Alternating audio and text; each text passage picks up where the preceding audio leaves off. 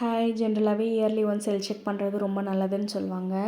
So last 2 இயர்ஸாக என் ஆஃபீஸில் சொல்லியுமே நான் வந்து பண்ணாமல் விட்டுட்டேன். இப்போ 30 இயர்ஸ் ஆகுது. கண்டிப்பாக பண்ணியே ஆகணும் இந்த வருஷமாவது அப்படின்னு சொல்லிட்டு லாஸ்ட் சாட்டர்டே வந்து blood sample and urine sample வந்து கொடுத்துருந்தேன். அதில் வந்து கடைசியாக என் பையனுக்கு 90 டேஸ் ஆனதுக்கப்புறம் பிறந்து sugar and vitamin level check பண்ணியிருந்தேன். அப்போவே எனக்கு ப்ரீ டயபெட்டிக் ஸ்டேஜ் இருக்குது, வெயிட் கம்மி பண்ணணும்னு சொல்லிட்டாங்க. அண்ட் விட்டமின் டி வந்துட்டு ரொம்ப ரொம்ப கம்மியாக இருக்குது அப்படின்னு சொல்லியிருந்தாங்க. சேம் இப்போயும் வந்து விட்டமின் டி ரொம்ப ரொம்ப ரொம்ப கம்மியாயிடுச்சு. சுகர் லெவல் வந்துட்டு நான் அந்தளவுக்கு இல்லை. Still it is in prebiotic stage தான். 5.7 இருந்தால் நார்மல், எனக்கு 5.8 இருக்குது. இன்னும் கொஞ்சம் வெயிட் லாஸ் பண்ணி ஒர்க் அவுட் பண்ணோன்னா அதுவுமே வந்து கிளியர் பண்ணிடலாம். ஸோ விட்டமின் டிக்கு வந்துட்டு சப்ளிமெண்ட்ஸ் எடுக்கிறதுக்காக ட்ரீட்மெண்ட் ஸ்டார்ட் பண்ணியிருக்கேன்.